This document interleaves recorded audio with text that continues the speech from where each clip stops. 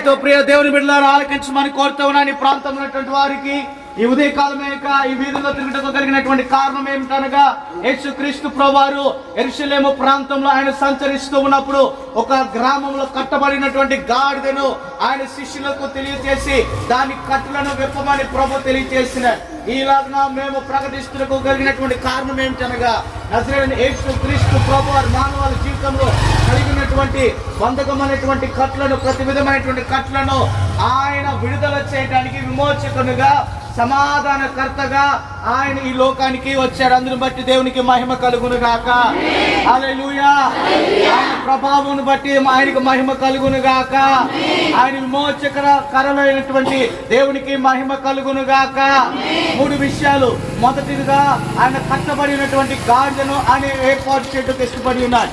రెండవదిగా చూస్తా ఉన్నప్పుడు ఆయన తన శిష్యులకు తెలియజేశాడు. ఎలాగనగా, ఇద్దరుగా మీరు వెళ్ళి మీకు కనపడుతున్న గాడిదను తీసుకుని రమ్మని ఉన్నారు. దానికి వెనుకున్నటువంటి అర్థాన్ని గమనిస్తా ఉన్నప్పుడు, మునుపు ఆ గాడిద ఎవరికి కూడా సాధువు చేయబడలేదు, దాని మీద ఎవరు కూడా కూర్చుండలేదు. మానవాళి జీవితంలో ఏ విధమైనటువంటి మూర్ఖ మనసు ప్రజలు ఎలాగ ఉంటారంటే, సాధు కష్టకు కష్టమైనటువంటి వారిగా ఉంటారు. యేసుక్రీస్తు ప్రభు వారిని యొక్క మనసు కలిగి ఉన్నప్పుడు సాధువు చేయబడిన వారిగా, సమాధానం కలిగినటువంటి వారిగా వారు జీవించడానికి ప్రభు వారి యొక్క జీవితాల్లో సహాయం చేస్తారు. అతి కృపా సహాయము పరిశుద్ధాత్మ దేవుడు మనకి మన ప్రాంతంలో ఉన్నటువంటి వారికి కలుగ చేయను గాక. కట్టబడిన ప్రతి విధమైన ఆర్థిక పరమైనటువంటి కట్టలు, సమస్యలన్నిటి పరిశుద్ధాత్మ దేవుడి విడుదల కలుగు చేయను గాక. ఆరోగ్యపరమైనటువంటి కట్టలలో దేవుడి విడుదల కలుగు చేయను గాక.